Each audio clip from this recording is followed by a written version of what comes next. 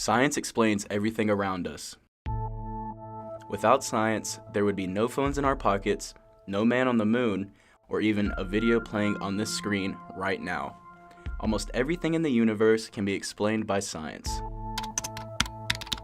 Science is the intellectual and practical activity encompassing the systematic study of structure and behavior of the physical and natural world through observation and experimentation. Science has many problems associated with it. Whether it be the ethical disputes or the funding for the experimental research, science is being held back. When experimenting, a scientist always records their results.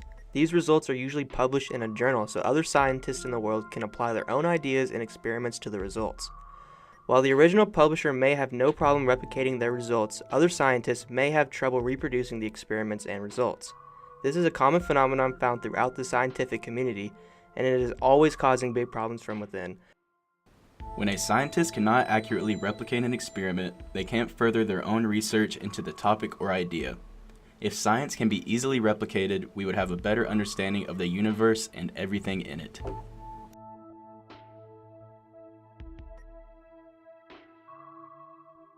The stem cell research field is a prime example of scientists having difficulty reproducing results found in published scientific works. But first, what are stem cells? Stem cells have the ability to self-renew while remaining undifferentiated. These cells also have the ability to be pluripotent. Pluripotency is the ability of a cell to differentiate into any cell type found in the body, like blood, epidermal, muscle, or nerve cells.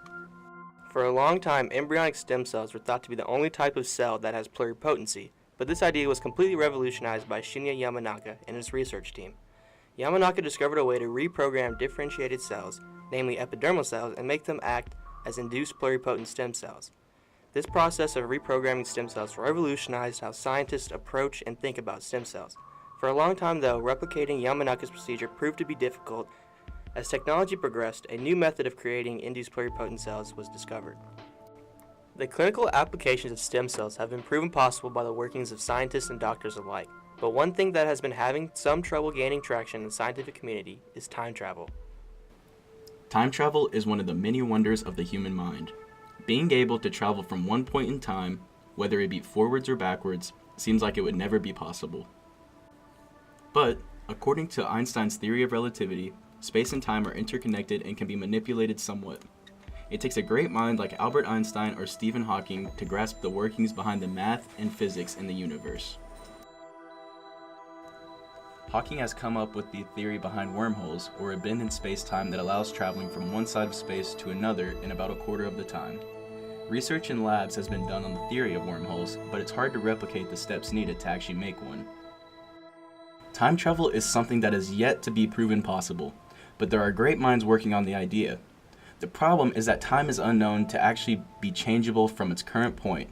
For example, if one were to travel into the past, if deemed possible, and change something in the past, like killing Hitler, would it affect our current timeline or create a whole new timeline and universe separate from the one we are already in?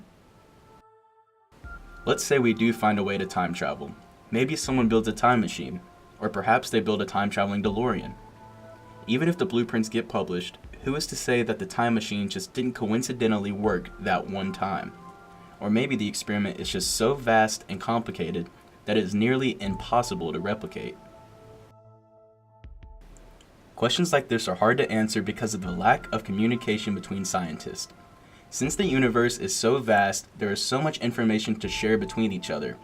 All that information is hard to compile into working science that checks out. It takes great time and effort to achieve working results like Hawking and Einstein have done.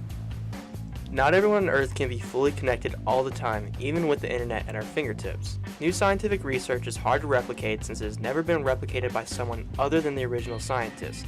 On the other hand, sometimes the work or theories behind the experiment are just too complicated and can't be replicated by just anyone.